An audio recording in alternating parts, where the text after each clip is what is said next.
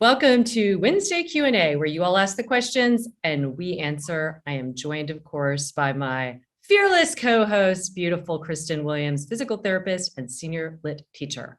Yay! Yay, woo woo. Hey, everybody. Hey, Laura. Hey, good to see you. Okay, we'll get started off with our beautiful Julie Glick, who wrote in a really wonderful question.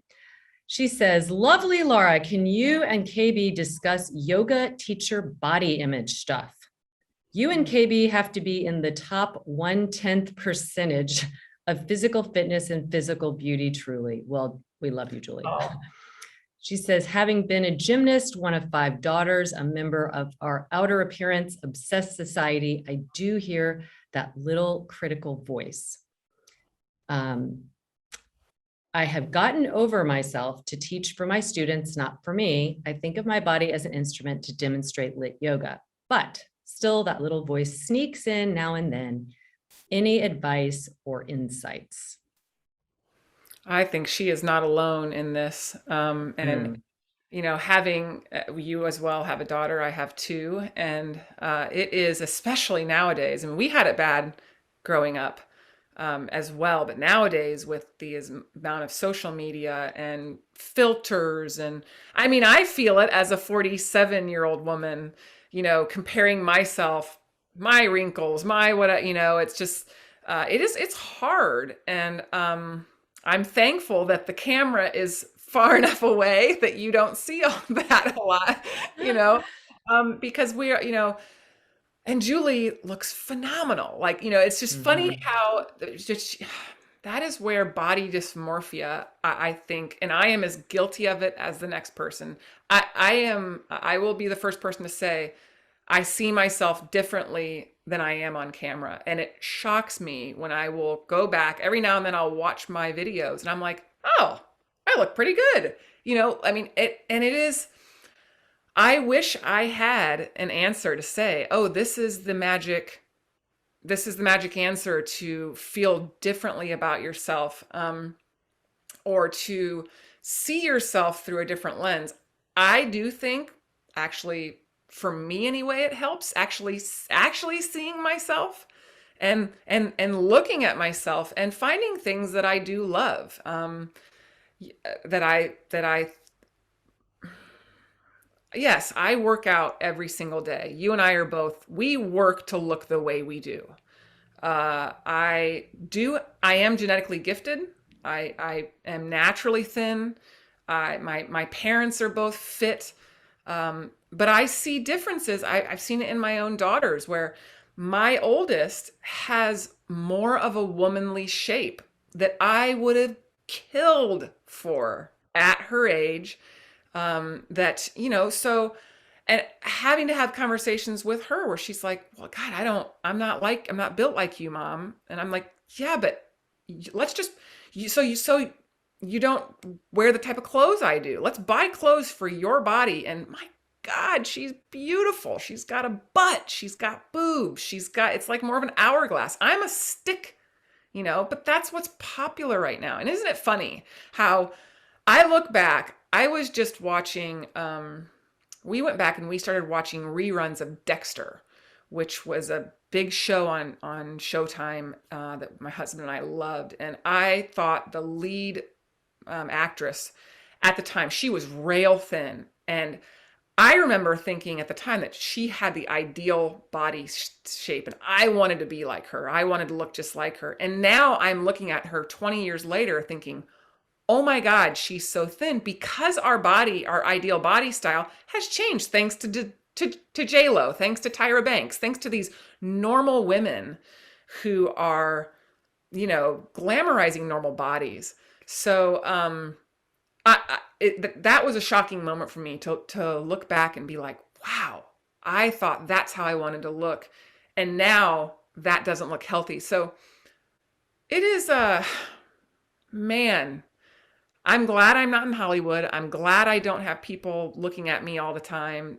Uh, because it's Lord have mercy. It's a wonder I have makeup on right now. The only reason I have it on is because I just filmed live and I don't want to look like a pasty ghost. So, otherwise I am so low maintenance. I don't know Yeah. if that was a great answer, Julie, because I don't have the answer for you, I don't think. I think that was a beautiful answer. And I really think that it is so important to recognize the voices in our head that are really not serving us. Like she said, this critical voice. It's like, there's this great, it's not a story, it's a passage. I don't have it, I think it's Rumi.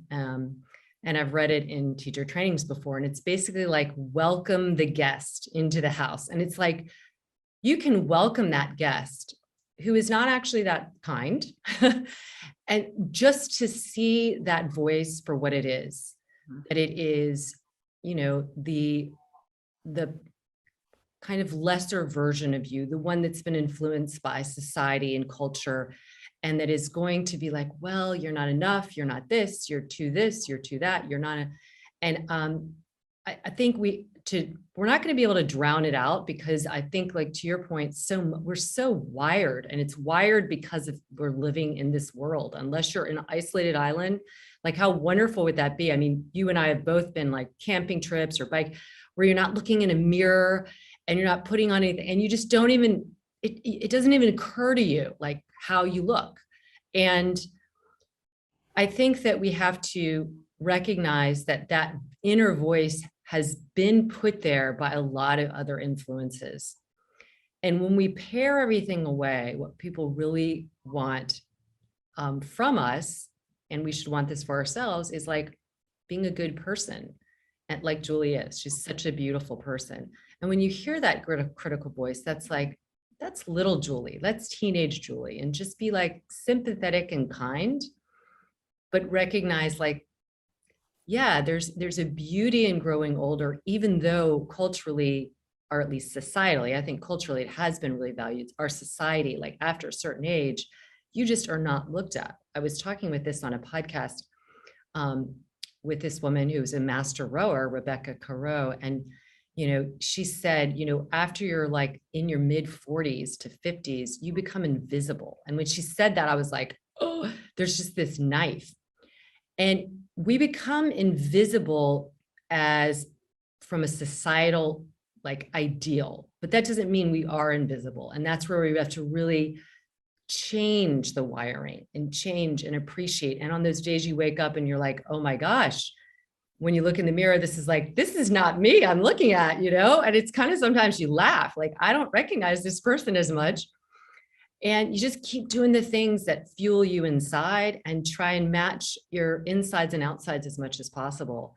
So Julie, I don't know if we answer your question. I think it's to say that it is, and Julie has the cutest figure possible. She's tiny and everything. So I think it isn't necessarily about size. It's about what we what we want as an ideal that has, again, been kind of projected on us. And I think the more that we can embrace and love our parts, and I'm like you, sometimes I'll see myself on camera and I'll be like, wow, I don't, we do need to look at ourselves and be like, look at me, look at what I can do, look how strong I am. I don't think we always notice those things. And we're really quick to notice the things that we might not, enjoy as much, like the wrinkles or whatever it might be. If people are feeling like they're heavier or skinnier or not as in good shape, or posture, all kinds of stuff. It's to really dull that critical voice as much as possible, but at the same time, know that it is a visitor that is there, and there's, have some sympathy and kindness as well, because that came from probably some of your early stuff, and then think, well, look how far I've come from that, that isn't occupying my head so much of the time. I think that is the beauty of getting older, is you aren't in your head so much about how you look, what you're doing, what other people think about you. Those things become a lot less important. And I think celebrate that. That's aging. Some parts of it can not be as pleasant, but this is one of them, is that we should just feel more at home in our body and more at peace. I agree. Oh, that was a great question. All right, next question is from Rose, also one of our teachers. Hi, Laura. I have a friend client who has said she had a procedure done where the tissue was clipped that connected the bottom of her tongue to her lower palate. She said immediately she felt a shift and had ranges of mobility she never had before, like touching her chin to her collarbone and being able to touch her fingers overhead. I wonder what you know about this and if you could talk about why this sudden range of mobility. Whew, That's fascinating. Um, I I'll be upfront. I will tell you what I imagine is happening, but I don't know enough about this to really tell you the real ins and outs. But I know, like for instance, our feet. If we think about our feet, we think about just the tissue around the feet, but the tissue of the feet come up from the base of the feet, from the toes, all the way up, all the way into our head and into surrounding neck and into the jaw. And they've shown that, I mean, you could try this right now. We're going to do this in my foot workshop, by the way, which should be around the time this comes out, where you can move your feet and then stop moving your feet and then move your neck a little bit. And what is often experienced is after you move your neck, your feet move easier and then your neck moves easier. So we already know right there's connections. So with those connections, there's also connections from the tissue around the skull that goes into your jaw. And it's not just inside your cheeks, but all around into that palate above.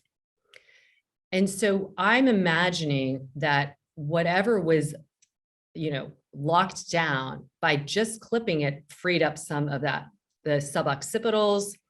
And if you free up your neck, it's not just your neck. You're going to go down into your shoulders, not just your shoulders, go down into your pelvis.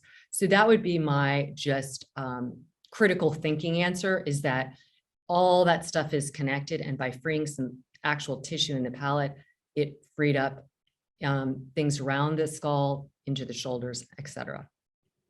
I agree with you. I too don't know the exact, an anatomical changes, but I suppose, I mean, I know in physical therapy, a lot of times when we are working with the head and neck, we sometimes cue, put your tongue to the roof of your mouth, to open up that tongue. So she, by releasing that little, I know what she's talking about, that little thing that, Yeah. how people get really tied down. Yeah. So opening up, she basically allowed more space for her tongue. So almost, and more ability to bring the tongue to the roof of the mouth, which allows more, we will do that as a way to cue people to allow more mobility, or we'll cue the eyes, turn and look, and people just turn and look their eyes, and you have your hands on the backside of their neck and you feel muscles shift.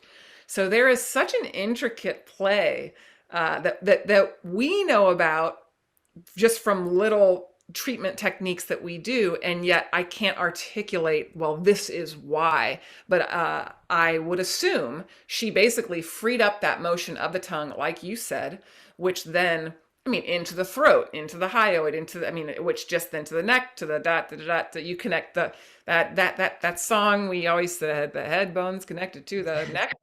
Yeah, it's there for a reason, and it's so, so true. I love that you're going to be working with the feet in relationship to the head and neck, because people forget about that. Physical therapists forget about that. Doctors absolutely forget about that. We become very myopic in our vision as opposed to global. And that right there, your friend's surgery is a classic example of global health, really. Yeah. Yeah. It's so true. And like you were saying, like if you've ever been in a situation where you're clenching your jaw, whether you were cold or fearful or anxious or whatever, when you do that, there's a natural tendency for everything to kind of constrict and contract.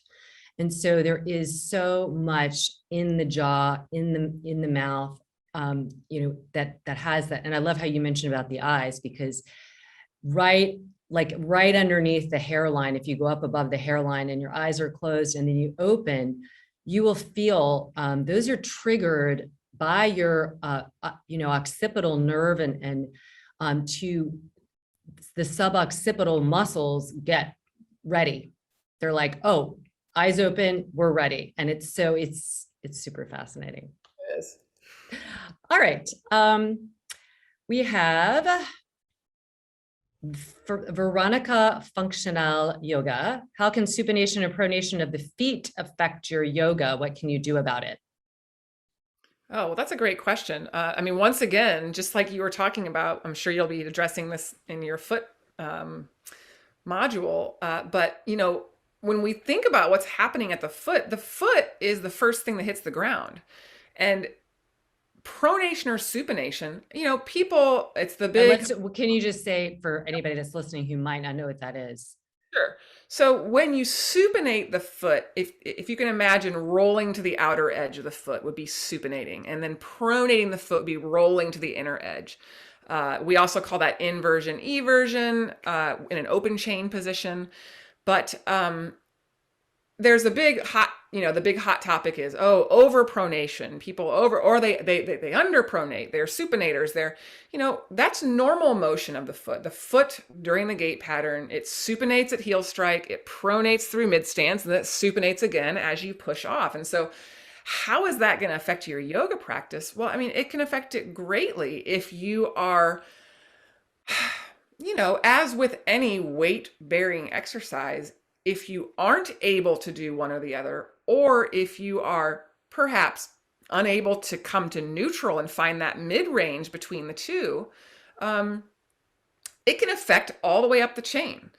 If you are over supinating or, over pronating, meaning, dropping that arch down, it's going to affect up at the knee. The knee will overly internally rotate, the hip as well. We see it in a lot of our asymmetrical poses or open hip poses where that can be greatly impacted by what's happening at the ankle as well as the hip. So there's a fascia that runs from the inside of the foot all the way up into the groin, wrapping around. When the pelvis is the crux of our yoga practice, really, at least our lit yoga practice for certain. So we forget about those guys down there, and to our own detriment, I think. So maintaining appropriate foot mobility and strength is important, not only for your yoga practice, but also for your life. What do you have to say about that, Laura? Yeah. So, well, pronation and supination, again, we should be able to have that. We want that. So the foot is so fascinating. Leonardo da Vinci said it is like the masterpiece of engineering. And it really is, because it needs to be mobile, but it also needs to be stable, because it's taking this wonderful exchange of energy from the ground up into the body, up into the pelvis. And then, so the pelvis and the feet really communicate a lot. And so, like, for instance, I know on my right side, for various reasons, my right foot is not as strong. My right outer hip is not as strong, even though it is my dominant side. It's too loose, right? So my foot will tend to fall in, like on those one-legged, if I was like in an airplane or something, and I just have to look down in it and be like, come on, sucker, because it just wants to do that pronation, which, again, pronation, unfortunately, has gotten to be a bad term. It is necessary. We need it in our gait cycle. But if I'm in a balancing pose, if I start to pronate too much, that weight bearing up into the pelvis is not symmetrical. It's going to go into the lateral hip, into the medial knee. And, I'm not going to be stabilized as well. And so I think that, it does affect it, because, again, on that side where I'm pronating, it really affects my balance. It affects the firing of the muscles. My glute med and needs to come in more to help stabilize. It affects the hip that wants to internally rotate, like you were talking about. And then I imagine if somebody was really rolling out, they're going to have kind of opposite issues. We do see pronation more than supination as a non-neutral foot. So really just pay attention, look down. Like, I look at my foot, like that visual looking at my foot when it wants to come in, and I use my hands. So I'm on my right foot. I put my left hand on my inner right knee to help that foot, therefore to help the energy from the foot up into the pelvis. So it's not doing what you were talking about, KB, where the knee drops in and the hip internally rotates. So I think just paying attention, and, we talk about being barefoot. Why are we barefoot? Because we want those intrinsic muscles of the feet to stay strong. When they're in a shoe, they're kind of like dumb. They're not doing much. It's like little block feet. So we want those intrinsic muscles to stay strong, because those intrinsic muscles help the arch stay. We have 3 sets of arches that create this more, the arch that we stand on. And those intrinsic muscles are really important for that. That's why yoga is so great, because we do practice barefoot. But I think there's lots of other things to do. But to your answer, Veronica, long answer short, is that it can affect it, because your feet ultimately connect to your pelvis. And then, as we know, our pelvis connects to the spine, and how all the core muscles are able to come in and stabilize. So we can still balance, we can still probably do things. It's just like with everything else, we're trying to optimize the performance of all the muscles activating as they should, and stacking the joints so there's like less wear and tear.